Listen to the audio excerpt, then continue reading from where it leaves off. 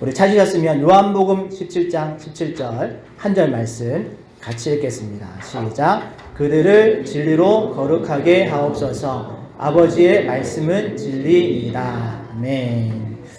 그들을 진리로 거룩하게 하옵소서. 아버지의 말씀은 진리이다. 오늘 이 제목 가지고 진리로 거룩하여지는 교회라는 제목으로 하나님 말씀 전하려고 합니다. 옆에 있는 분과 한번 이렇게 인사하겠습니다.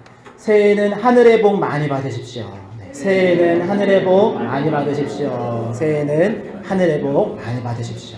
네, 우리가 또 새해가 이렇게 밝았는데 오늘 한 해 가운데는 정말 하나님께 주시는 복 우리 가운데 충만해져서 우리가 복의 통로로 복을 나누어주는 그런 우리 한 사람 한 사람 되기를 예수님의 이름으로 축복합니다.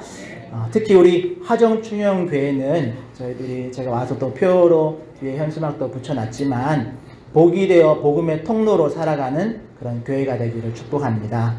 사실 이 주제와 또 저희 목회 계획서의 목회 철학 5가지 요소가 있는데 그 요소들에 대한 설교를 원래는 부임하고 바로 할까도 생각을 했었는데 연말이 되기도 하고 바쁜 것도 있고 또 새롭게 또 이렇게 5가지를 나누고 우리의 마음을 더 모으면 좋겠다 생각을 해서 아껴두었다가 이번 주부터 해서 하나씩 말씀을 나누려고 합니다. 그러니까 여러분 이제 5가지니까 5주 동안은 여러분 더 집중해서 저희들이 교회가 앞으로 나가야 할 방향의 큰 기준점 또는 기둥과 같은 그런 말씀들을 나눌 테니까 여러분 꼭 말씀을 더 집중해 주시고 그리고 이런 교회가 되게 해달라고 함께 기도해 주시기를 바랍니다. 오늘 우리가 읽은 요한복음 17장은 여러분 잘 아시는 것처럼 예수님의 대대세상적 기도 때로는 또는 겟세마네 기도의 그 전문이다라고 말하기도 합니다.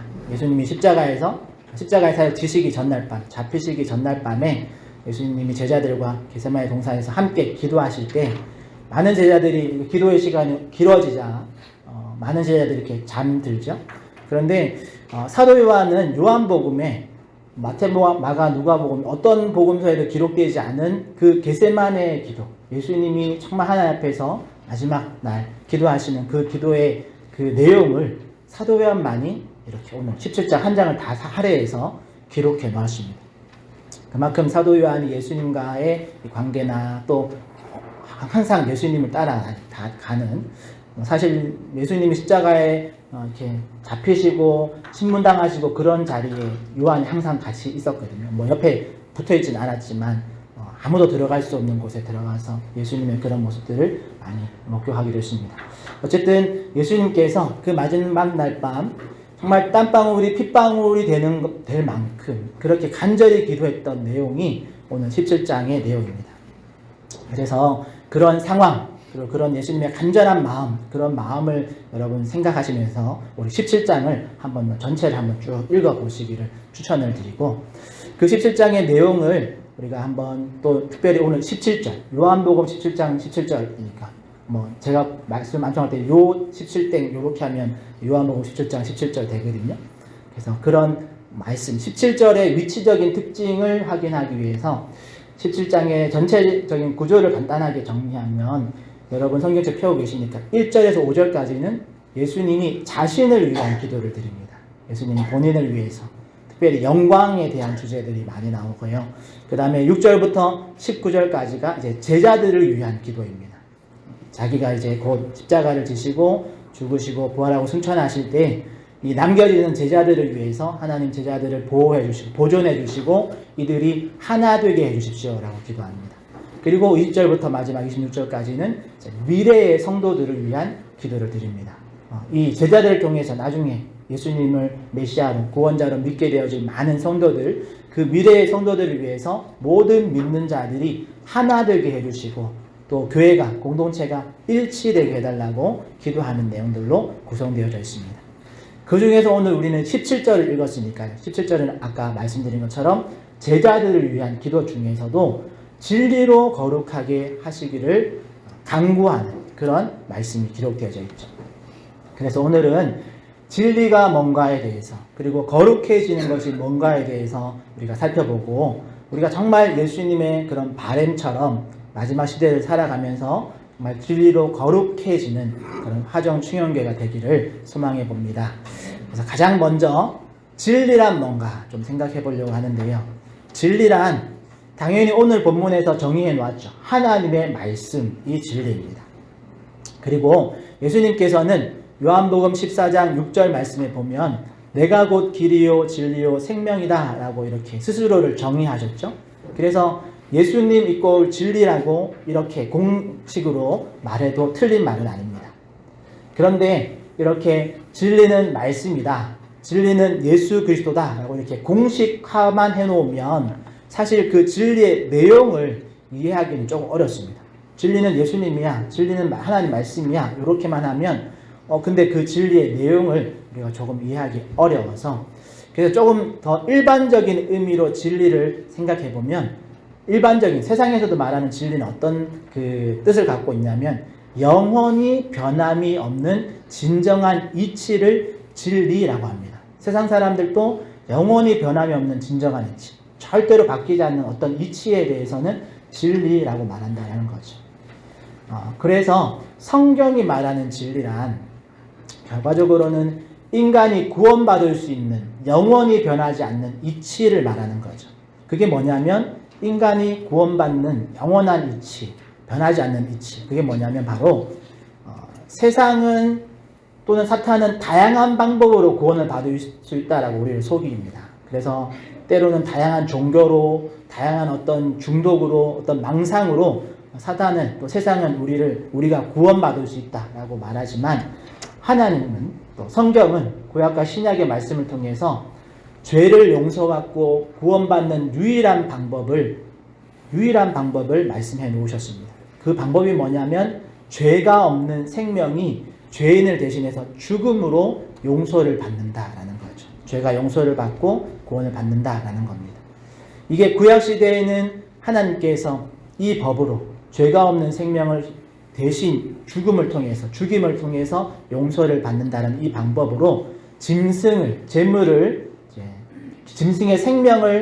대신 희생시킴으로써 일시적으로 용서받는 방법을 우리에게 알려주셨습니다.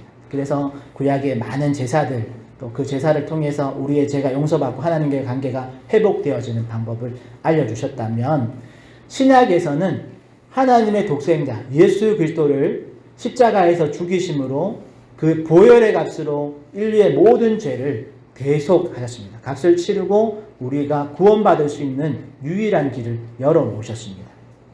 그러니까 진리라는 것은 인간이 구원받는 영원한 변치 않는 그런 이치인데, 그 방법이 바로 예수 그리스도의 보혈로 인간의 죄를 용서받을 수 있고, 또 그 진리를 믿음으로 우리가 구원에 이른다라는 이 법칙이 바로 진리입니다. 그러니까 진리의 핵심이 예수 그리스도가 되는 거죠. 이게 우리의 구원과 관련된 가장 중요한 진리입니다. 변함이 없는, 영원토록 변함이 없는 유일한 진리. 이거 말고 다른 것들은 여러분 대부분 부차적인 것들입니다. 때로는 이런 부차적인 것들이 이 구원의 진리를 오염시키기도 하죠. 예를 들면 이런 겁니다. 예입니다. 예배 빠지면 지옥 간다. 또는 술 마시면 지옥 간다. 때로는 죄 지으면 지옥 간다. 이 죄 지으면 지옥 간다라는 좀 설명이 더 필요하지만, 대전제는 여러분 예배에 빠지든 술 마시든 죄를 지었든 예수 그리스도를 자신의 구원자로 믿고 그분께 자신의 죄를 회개하고 주님께 나 자신을 맡기면 그 사람은 예수 그리스도의 보혈의 공로로 말미암아 구원을 받고 천국의 백성이 되는 줄 믿습니다. 여러분, 그렇다고 해서 예배를 안 나와도 되고 죄 지어도 되고 방탕해도 된다는 말이 아니죠. 그것보다 더 큰 기준이 있는데, 그게 뭐냐면 예수 그리스도를 나의 구원자로 믿고 내 죄를 예수 그리스도의 보혈로 용서를 받으면 구원을 받는다라는 중요한 진리를 말하는 겁니다. 참고로 여러분, 우리가 하나님의 말씀이라고 받고 있는 율법, 하나님의 말씀과 율법이 완전히 동일한 건 아니지만 어쨌든 여러분, 율법은 구약 성경에 있는 그 율법은 진리를 담는 그릇과 같은 겁니다. 그래서 진리 이꼬르 율법이라고 이런 공식은 성립되지 않습니다. 진리는 예수 그리스도, 진리는 하나님의 말씀은 공식이 성립되지만 진리는 율법이다 하는 공식은 성립되지 않습니다. 왜냐하면 구약의 율법 안에는 이런 시대와 문화에 따라서 변경이 가능한 법들도 거기 안에 포함되어 있기 때문에 그래서 영원히 변함없는 진정한 이치가 율법이 될 수는 없습니다. 율법은 시대에 따라서 변경이 가능하기 때문에 그렇다라는 거죠. 그러고 보면 유대인들이 율법을 진리라고 착각을 해서 율법주의가 되는 겁니다. 율법으로 그게 진리니까 율법을 어기는 것은 진리를 어기는 것으로 착각하기 때문에 율법으로 정죄하는 일에만 몰두해서 정작 진리가 되신 예수 그리스도가 이 땅에 오셨음에도 불구하고 그 진리를 놓치는 거죠. 그 진리 되신 예수님 십자가에 못 박는 실수를 하는 겁니다. 그러니까 결국은 진리라는 것은 하나님의 말씀, 그 말씀이 육신이 되어 우리와 함께 하시는 예수 그리스도이시고 그 진리의 내용은 예수님의 십자가의 죽으심으로 죄인의 죄를 용서하시고 이것을 믿는 자에게 구원의 은혜를 베푸시는 하나님의 영원히 변함없는 약속, 그것이 바로 진리입니다. 그리고 이런 믿음이 우리를 거룩하게 살게 한다는 거죠. 그럼 다음으로 거룩한다는 게 뭘까? 우리가 지난주에도 몇 주 전에 오후 예배 때도 거룩하신 하나님 할 때 잠깐 나누었는데요. 벌써 1년이 지났으니까 작년에 한 얘기니까 아무도 기억을 못 하시겠죠? 그래서 거룩이란 뭔가 간단하게 먼저 정리하면 거룩은 그때 말씀드릴 때 중요한 포인트가 구별됨이지 절대 분리가 아니다라고 말씀드렸습니다. 세상과 구별된 상태를 말하는 거지 세상과 분리되거나 단절된 것을 말하는 것이 아니다라고 말씀드렸던 거 기억하시죠? 여러분 분리와 단절로는 여러분 깨끗함을 유지할 수 있을지는 모르겠지만 그 상태를 가지고는 누군가에게 영향을 주고 또 연결되는 그런 것들은 어렵습니다. 왜냐하면 단절되고 갈라섰으니까요. 그런데 그래서 누군가와 연결되고 포용하려면 결국에는 내 것을 내어줄 수 있어야 합니다. 그러니까 섞여 살 수 있어야 된다는 말이죠. 그래서 이 거룩하신 하나님이 성육신 하셔서 우리 가운데 함께 거하시는 예수님으로 이 땅에 오신 겁니다. 또 세상 속에 있으나 물들지 않고 오히려 사람들을 사랑과 또 복음으로 물들이는 것, 그렇게 하나님의 법으로 살아가는 것. 그때 당시 제가 잠깐 예를 드렸지만 바닷속에 물고기가 살아있는 상태에서 있을 때는 바닷물에 절여지지 않고 이렇게 살아서 움직이는 것처럼 그렇게 구별되어진 삶을 말하는 거죠. 그러니까 거룩이라는 것은 죽어있는 게 아니라 살아있기 때문에 다른 것, 구별되어진 것을 말합니다. 절대로 오염되지 않는 것을 말하는 게 아니라 더러워질 수는 있지만 살아있기 때문에 그걸 씻어내고 털어낼 수 있는 그런 상태를 거룩한 상태라고 말했습니다. 그래서 하나님이 처음으로 주신 그 구약의 율법은 이렇게 세상 속에 있지만 세상과 구별되어진 그런 거룩한 백성의 삶을 가르치고 있는 거죠. 그리고 신약에서도 예수님은 제자들과 교회들을 부르시고 그 제자들과 교회들을 하나님께 맡기시면서 오늘 말씀처럼 진리로 거룩하여지기를 강구하셨던 겁니다. 그러니 앞에서 진리가 뭔가를 배웠으니까 그것을 이제 거룩함과 연결시켜서 생각해보면 진리로 거룩하게 하옵소서라는 이 말은 하나님 말씀으로 구별된 삶을 살게 해주십시오. 우리 제자들이, 내 제자들이 이 땅에 살아가는 동안에 정말 예수 그리스도의 십자가의 보혈로 구원받은 자로 살게 해주십시오. 세상과는 구별된 삶을 살게 해주십시오 라는 그런 간구입니다. 그리고 요한복음 8장에 보니까 이 진리로 거룩하게 하옵소서라는 표현과 아주 닮은 표현이 하나 더 나오는데요. 요한복음 8장 31절 32절 우리 한번 같이 읽어보겠습니다. 함께 있습니다. 시작. 그러므로 예수께서 이르시되 너희가 내 말에 거하면 참으로 내 제자가 되고 진리를 알지니 진리가 너희를 자유롭게 하리라. 아멘. 네, 이 말씀은 예수님이 유대인들에게 하신 말씀입니다. 특별히 예수님을 믿고 예수님의 제자가 된 예수님의 믿음으로 들어온 제자들에게 너희들을 향하여 하신 말씀입니다. 진리가 너희를 자유롭게 하리라. 어떻게 진리가 이 유대인들을 자유롭게 할 수 있는가? 그것은 이제 더 이상 너희들은 율법에 매여 있는 존재가 아니라 진리를 알았고 진리 안에 들어와 있는, 진리를 안다는 건 예수 그리스도를 알고 예수 그리스도를 믿는 그 관계에 들어와 있는 너희들은 이제 율법에 매여 있지 않고 자유롭게 되었다라는 거죠. 물론 우리가 그 하나님의 말씀, 그 말씀 안에 포함되어 있는 율법의 명령들, 성경의 명령들을 우리가 지키고 삽니다. 하지만 우리가 예수님을 구원자로 믿는 그 믿음으로 우리가 거룩해진 상태로 우리가 자유롭게 산다라는 것은 더 이상 그 율법을 지키는 것에 있어서 어떤 두려움이나 의무감으로 그걸 지키는 것이 아니라 우리가 진리로 복음으로 말미암아 변화되어진 저희들은 자원함으로 즐거워함으로 그 말씀을 지키는 선택할 수 있는 자유함이 생겼다라는 말입니다. 사실 성경의 원래 의도도 그렇고 바른 말씀이 우리 가운데 들어오면 저와 여러분들은 자유롭게 되어집니다. 하나님의 말씀은 우리를 자유롭게 하시는 겁니다. 진리를 알기 때문에 그 진리를 믿기 때문에 그 진리 이외에 다른 것에서부터 자유로워질 수 있다는 말입니다. 대표적으로 율법에서 자유로워지는 거죠. 여러분 구약에 있는 많은 제사법, 절기들 이런 것에서 우리는 더 이상 거기에 매이지 않고 거기에서 자유롭게 그것들을 선택할 수 있는 그런 자유가 생겼습니다. 또 하나 죄에서 자유함을 누릴 수 있는 존재들이 되었다라는 거죠. 우리가 하나님께 죄를 용서하고 용서를 구하고 죄를 용서받으면 하나님께서는 우리의 죄를 기억지도 않으시는, 우리에게 새로운 기회를 주시는, 그렇게 새로운 기회를 받은 존재로 살아갈 수 있는 그런 자유로움이 우리 가운데 생겼다라는 겁니다. 또 하나 대표적인 자유로움은 죽음에서 자유롭게 되었다는 말입니다. 왜냐하면 우리는 구원받은 존재로 영원한 생명을 약속받은 존재들이기 때문에 죽음의 그 두려움, 죽음의 그런 압력에서 우리가 자유롭게 됐다라는 거죠. 그리고 세상의 어떤 유혹이나 어떤 협박 이런 것에서도 우리는 자유롭게 된 자들입니다. 여러분 잘 생각해 보시면 세상은 어떤 실패와 좌절, 때로는 죽음 이런 것들을 가지고 우리를 넘어뜨리려고 합니다. 우리를 그런 것들로 협박하죠. 그런데 성경은 나눠주고 배려하고 사랑하고 또 자신을 희생해서 남에게 유익이 되어지는 삶을 살아라. 그게 거룩한 삶이다. 이렇게 우리에게 가르칩니다. 그러다 보니까 높은 것이 아닌 낮은 곳을 향하도록 가르치고 또 사람이 아닌 하나님만 의지하라 라고 가르치는 거죠. 그런데 세상은 정반대의 주제들을 가르치죠.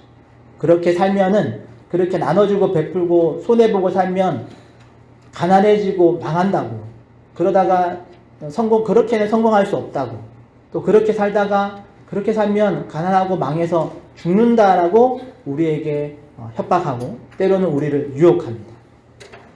하지만 여러분, 진리를 아는 우리는 우리가 믿음으로 말미암아 이미 구원을 받은 존재들로서 여러분 세상의 그런 유혹이나 협박에 끌려다닐 이유가 전혀 없는 존재들이 되었음을 믿으시기를 바랍니다. 그래서 세상이 협박하는 그 협박이 먹히지 않는 존재가 되었기 때문에 구별되어진 성도의 삶을 살아갈 수 있는 겁니다. 세상의 방법에 휘둘리지 않고 하나님의 말씀에 순종하며 살아갈 수 있게 되었다라는 거죠.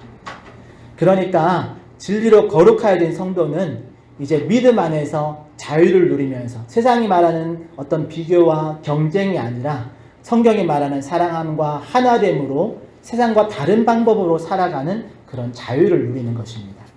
이게 진리가 우리를 자유롭게 하고 진리로 세상과 구별되어진 거룩한 삶을 사는 원리입니다.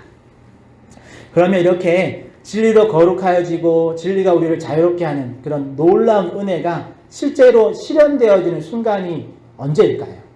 여러분 우리의 삶에서 이런 순간들이 종종 있습니다.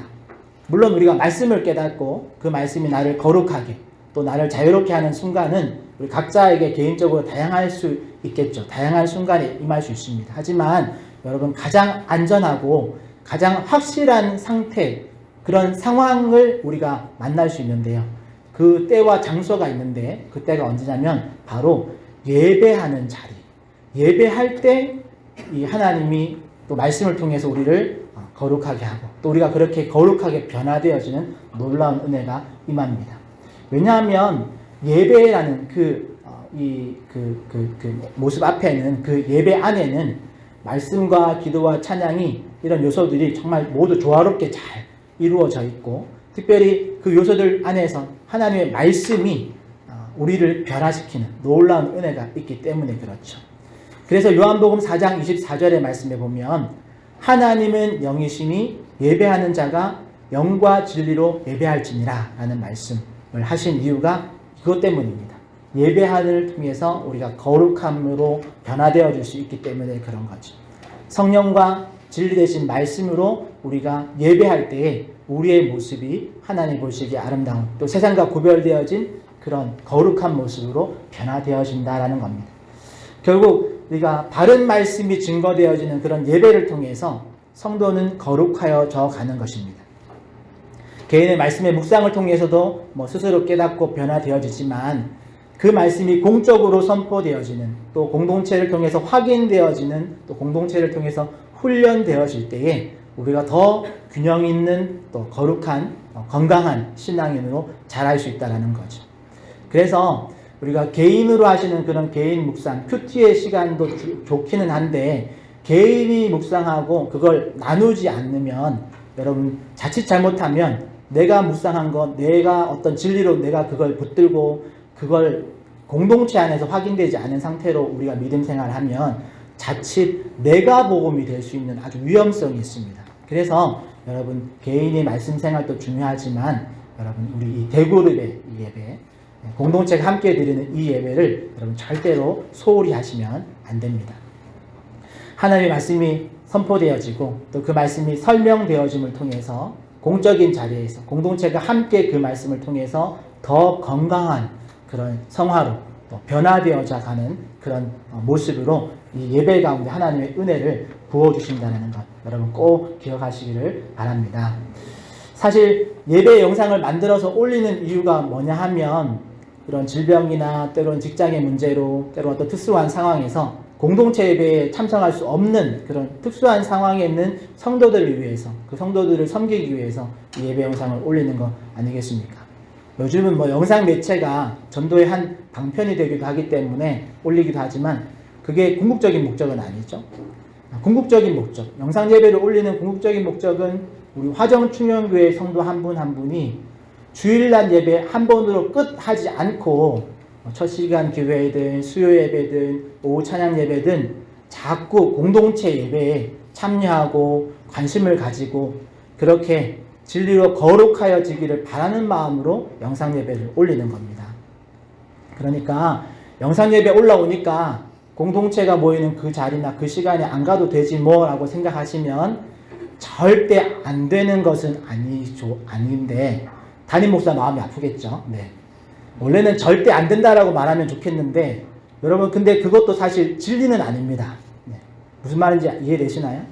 하나님이 우리가 예배 한번 빠진다고 천국 가는 계단 한 개 빼고 그런 하나님 절대 아닙니다. 여러분 그런 하나님을 쪼잔한 하나님 만드시면 안 됩니다. 하지만 하나님은 누구보다 우리의 그 예배를 대하는 그 마음의 중심을 잘 아십니다. 그래서 피치 못할 사정으로 우리가 몸은 떨어져 있지만 몸된 교회를 향해서 진실한 마음으로 우리가 영상 예배에 참여한다면 하나님은 그 마음의 중심을 귀하게 받으시는 줄 믿습니다. 그리고 예배를 사모하는 마음으로 이 공동체 예배에 참석한 우리 모든 성도님들의 마음도 하나님이 잘 아시는 줄 믿습니다. 그러기에 우리 예배의 자세, 특히 우리 공동체 예배를 사모하는 그 마음이 우리 안에서 항상 가득하기를 축복합니다. 끝으로 한 가지만 더 짚고 넘어갈 것은, 오늘 말씀에 분명하게 기록되어져 있는 것처럼 진리로 거룩하여지는 겁니다. 여러분 이 말씀을 잘 이해하십시오. 진리로 거룩하여져 가는 겁니다. 이 말은 우리의 열심으로 거룩해질 수 있다는 게 아니죠. 말씀으로, 진리 대신 예수 그리스도로 말미암아 거룩해져 가는 겁니다. 우리의 공로가 아니라 하나님의 은혜로 성화되어져 가는 것이다라는 말입니다. 그래서 저는 설교할 때마다 항상 기도합니다. 하나님, 제가 조금 부족해도 성령 하나님께서 이 말씀이 우리 성도님들에게 들리게 하시고 성령님께서 이 말씀이 우리 성도님들의 마음에 부딪히게 해주십시오라고 기도하고 말씀의 자리에 섭니다. 또 때로는 순간순간 신방할 때도 그렇지만 때로는 어떤 분과 갑작스럽게 대화할 수 있을 때에도 순간순간 마음속으로 기도합니다. 하나님, 제가 말하는 이 말, 또 나누는 이 교제를 통해서 정말 하나님께서 들어야 할 말 듣게 하시고 또 잊어버려야 할 것도 잊어버리게 해달라고 순간순간 기도하고 하나님의 지혜를 구하면서 이렇게 신방하고 대면합니다. 왜냐하면 어떤 능력 있는 목사나 말 잘하는 설교자가 성도를 거룩하게 만드는 것이 아니기 때문입니다. 여러분, 성도를 거룩하게 만들어가는 건 진리가, 하나님의 말씀이 성도를 거룩하게 변화시키는 줄 믿으시기를 바랍니다. 그래서 좀 부족한 설교자로서 가장 기대하면서 또 때로는 보람된 상황이 어떤 상황이냐면, 제가 뭐 말을 잘해가지고 이해가 잘 돼서 믿어지는 것보다, 그것도 뭐 그렇게 또 은혜 받았습니다 하면 저도 격려가 되고 힘이 되지만, 그것보다 훨씬 제가 기대하고 때로 또 어떤 상황, 그 상황을 볼 때 보람되어지는 상황은, 여러분들 각자가 성경 말씀을 읽다가 어느 날 갑자기 그 말씀이 이해되어지고 그 말씀이 믿어지는 그런 성령의 역사가 일어날 때, 설교자로서 그때가 가장 보람되어지고 그때가 가장 감사한 상황입니다. 물론 설교자의 설교가 여러분들이 말씀을 이해하는데 도움을 줄 수는 있습니다. 하지만 성령님이 역사하시는 것보다는 더 가치 있지는 않습니다. 성령님이 역사하셔서 여러분들이 말씀이 믿어질 때가 저는 가장 감사하고 보람을 느낍니다. 그리고 그게 더 확실한 방법이고 그게 가장 안전한 방법입니다. 그러니까 저와 여러분들은 진리인 하나님의 말씀으로, 진리이신 예수 그리스도로 말미암아 거룩해져 가는 그런 성도와 교회가 되시기를 예수님의 이름으로 축복합니다. 말씀을 정리해 보면, 오늘 요한복음 17장은 예수님께서 십자가에서 마지막 사역을 감당하기 전에 제자들을 향해서 간절히 기도한 내용이었습니다. 제자들이 진리로 거룩하여지기를 간절히 바라면서 기도하셨던 겁니다. 진리가 뭐였습니까? 하나님의 말씀. 또 말씀이 육신이 되어 이 땅에 우리와 함께 거하시는 예수 그리스도가 진리라고 했습니다. 진리의 내용이 뭐였습니까?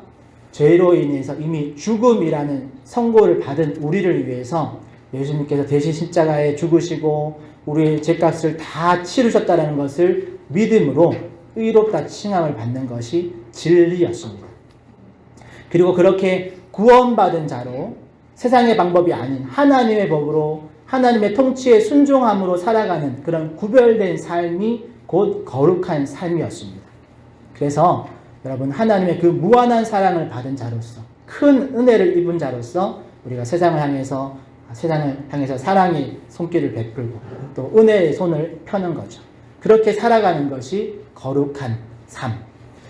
끝으로 진리로 거룩하여지는 가장 좋은, 가장 안전한 수단이 뭐였냐면, 교회 공동체의 예배를 통해서 우리가 거룩해져 간다라는 것을 우리가 여러분 꼭 잊지 마시기를 바랍니다. 그러니 우리 삶 속에서 여러분 말씀이 회복되어지고 예배가 회복되어질 때에 진리 대신 그 말씀이 우리를 복이 되어 복음의 통로로 살아가는 공동체로 변화시켜 나갈 줄 믿습니다.